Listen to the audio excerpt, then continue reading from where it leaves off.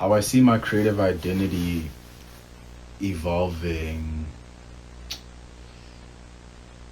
Wow, that's a beautiful question, man, you know?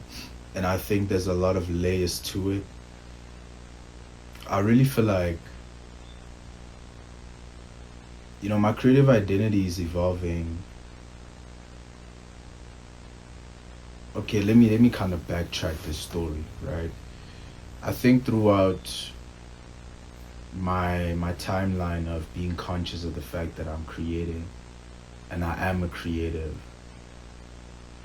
I've always set the intention to unapologetically be myself, because the art of being a creative is that you get to create what you find inside of yourself just through a medium that can best communicate that, you know. And through each medium I've went through, I've done the first medium I developed was art. From art I went to dancing. From dancing I did music, then graphic designing, then I did fashion modeling, then I did fashion designing, and now I'm in the medium of photography and visual arts, but through each medium I've always made sure that I fully express myself.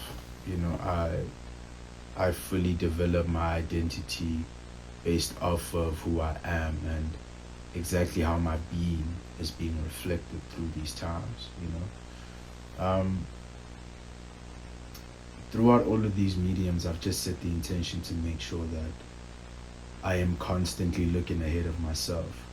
You know, I'm pulling all the resources I need internally, and I find a way to use those resources. Well, not necessarily those resources, but I I aim to use that internal intellect to guide exactly where I have to go. To guide exactly this, to guide me to the spaces that I belong to.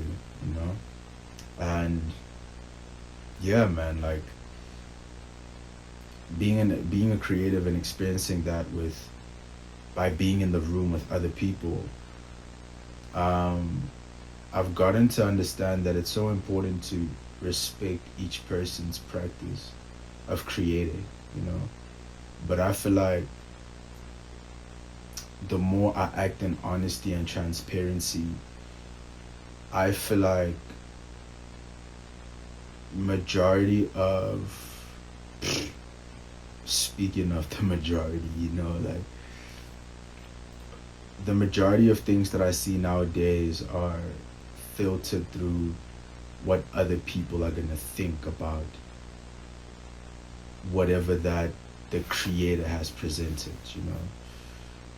I think nowadays artists or creatives or whatever you wanna call them, entrepreneurs, businessmen, are fixated on what the crowd likes, instead of what the crowd doesn't know they could like.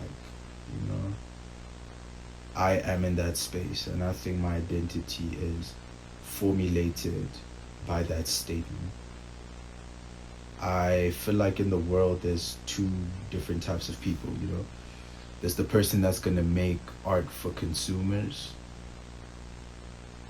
by reflecting the present times, and there's people who are gonna make art as a way to curate a taste that people didn't know existed. You know, I'm in that second lane. I think I am in that category of people. Because I don't think I necessarily make art for people. Um, well, let me correct myself. I don't think I make art for the present moment. I make art that can reflect well in the future, you know, by just immersing myself in what I'm feeling in the present and just actively building that and manifesting that physically to accommodate the future and what it has for me. So honestly, my identity is moving more into me being conscious of who I am internally and exactly what needs to come out of me. Yeah.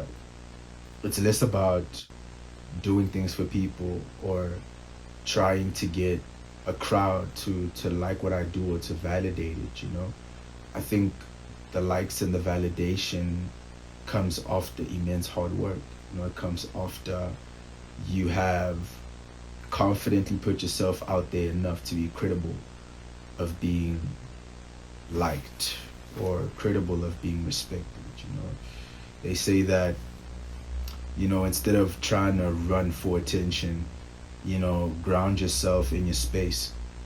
Work so hard and work so efficiently and work precisely that at some point your energy becomes so magnetic, or whatever that you have created becomes so magnetic that it's so undeniable that each and every single person that comes across it just has to respect it, you know.